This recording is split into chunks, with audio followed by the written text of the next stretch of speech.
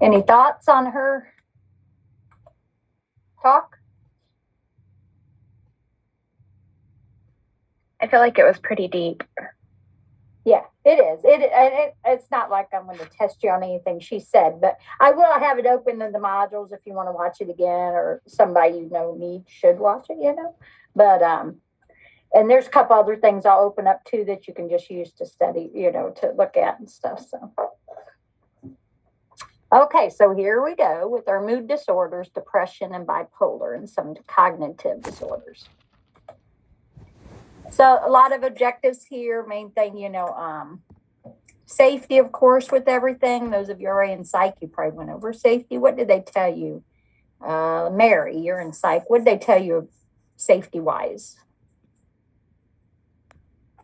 Just keep like the items on you limited that you could misplace. When we get vitals and stuff, we found out like the first day, the temperature probes and stuff can't be thrown away in their rooms. They have different safety measures because they're hard plastic. They could hurt themselves with it. Different things in their rooms. They have like their restroom, like their bathroom doors have like diagonal cuts on them so that they can't close anything in there to try and hurt themselves, or like the handrails where you could usually like just wrap your hand around it. They have different plates so that you can't tie anything around them. Their chairs are really heavy so they can't throw them. And just to be mindful of like changes on the C unit, like the nurse's station is a locked unit, so you can always go in there and everything's locked. You need a key for every single door. Good. I didn't realize you don't get vitals on everybody, right? Just every now and then they'll need them. Since we're there in the mornings, they do at least one vital in a 24-hour period. So we always get the first set of vitals on. Oh, okay. I didn't realize that. Okay, good. All right. So yeah, safety is always a big issue with anything, any type of patient, but also with these we'll get into more of that later. When we do our suicide lab, we'll get into that really good too also. So we're going to go over all kinds of things, assessment, the disorders, the symptoms related to them, how are we going to treat them? We may not see the actual treatment while you're on psych, but you may see some of them getting some of these treatments done. So our mood disorders, major depression, that is an affective disorder. We're going to go through each one of these individually. Bipolar disorder, dysrhythmic, chylothymic. There's also the SAD, the fall or winter depression, as we see in Ohio, has one of the biggest rates of the SAD disorders because of our cloudy and dark skies a lot. There's also postpartum depression. You guys wouldn't see this when you was an OB, right? Because they leave so quick, but that is a very serious thing. And a postpartum psychosis goes along with that. And then we'll talk about the suicidal. So what's our culture considerations? So they want a lot of them, like she was talking, masking of depression by other behaviors. So they're having school phobia, they're hyperactive, learning disorders, their grades are failing, antisocial. So they're doing other things. So, they're not showing that they're depressed. Age appropriate, they should be doing this, but they're not, because of this. Major manifestation among cultures that avoid verbalizing emotions. This could be substance abuse because of gangs, risk behaviors, eating disorders, right? Compulsive behaviors. So a lot of culture problems going on with this. And again, it depends on the area you live in, They used to say, all drug abusers was low income, middle income. But yuppies would do it and they would shoot up between their toes.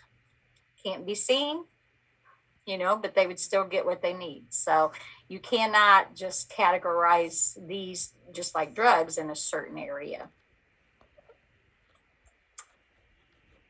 So our major depressive disorder, very common, usually more than 3 million cases per year. And that's the ones we know about, right? All of us can get depressed at times, but when you're in a major depressive disorder, you need to be treated either by medicine or support or something. There's no lab test or imaging, right? The ages are 15 to 45. There's a certain DSM-5 diagnostic criteria. I will not be, making sure you know those numbers. Again, if you work in this area, you're going to learn that stuff more.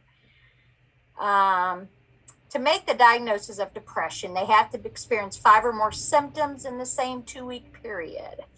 They just can't say, oh, I've been sad, and that's it. There has to be a reason, and they have to show it. One of the symptoms will be either their depressed mood or loss of interest or pleasure. And again, symptoms range from mild to severe. They can be dangerous or life-threatening if untreated. So let's talk a little bit about the symptoms. If I go too fast, just holler. Like I said, I can't see you guys writing, so sad mood. So this is a lack of interest in life or activity. Again, 2 weeks or more. So, you have somebody that, I don't know, they love to play sports. They're always out with somebody doing some kind of sports. And you notice last couple of weeks, they're not interested even in talking about it. So this is a lack of interest in their life of activity for 2 weeks or more. The changes in eating habits. You see them gaining weight or losing for no obvious reason that you know of, like no death, divorce, or nothing like that, but all of a sudden something's changing.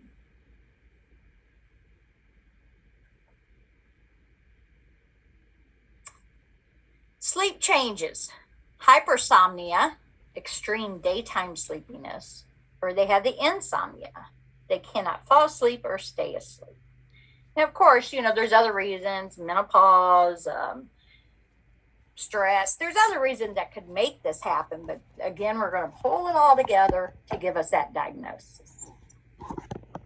Mental changes impair concentration, decision-making, or problem solving.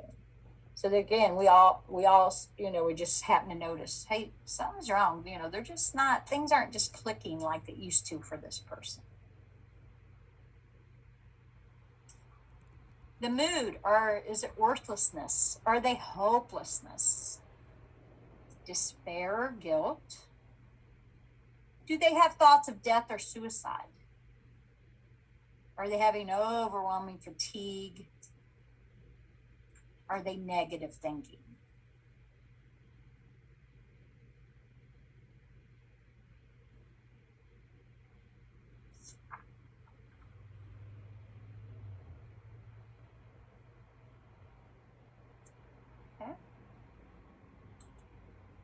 So what's some interventions we're going to do for these mood disorders? Again, provide for safety, as Mary talked about the suicide precautions. And if you're not in the psych unit yet, you're going to see all that. What did they do to make sure? I know they used to have the long call lights in the rooms, and people tried to hang themselves with those had come out, so different things like that. It's a priority. Safety is a priority. Common items can be used in self-destructive manner. I wouldn't even thought of the handrails or, the things she talked about. So it's changed a lot. I have to look at the unit sometimes. It's changed a lot since I've been down there. Promoting a therapeutic relationship. So we want to give them some coping strategies, right? You guys have learned your own coping strategies since you started nursing school. How do I cope with this and that? We want to give them empathy. Okay. Yeah, we may not agree with what they're thinking or what they're doing, but we still need to have that empathy. Promoting ADLS, physical care. So again, have them respond with simple tasks. So don't say, brush your teeth, brush your hair, get dressed. Okay, here's your toothbrush, brush your teeth. Start out slow, simple things. Don't try to group them because that just may make them confused, more stressed. So start simple. Therapeutic communication. Are we going to try to fix their difficulties? Right? No? We're going to try to get them describe in detail their feelings. So those of you in psych, have you sat down and actually talked to anybody yet that they would even tell you stuff? My lady had just got there the night before, and she mentioned that she was happy that she was there because she knew if she wasn't,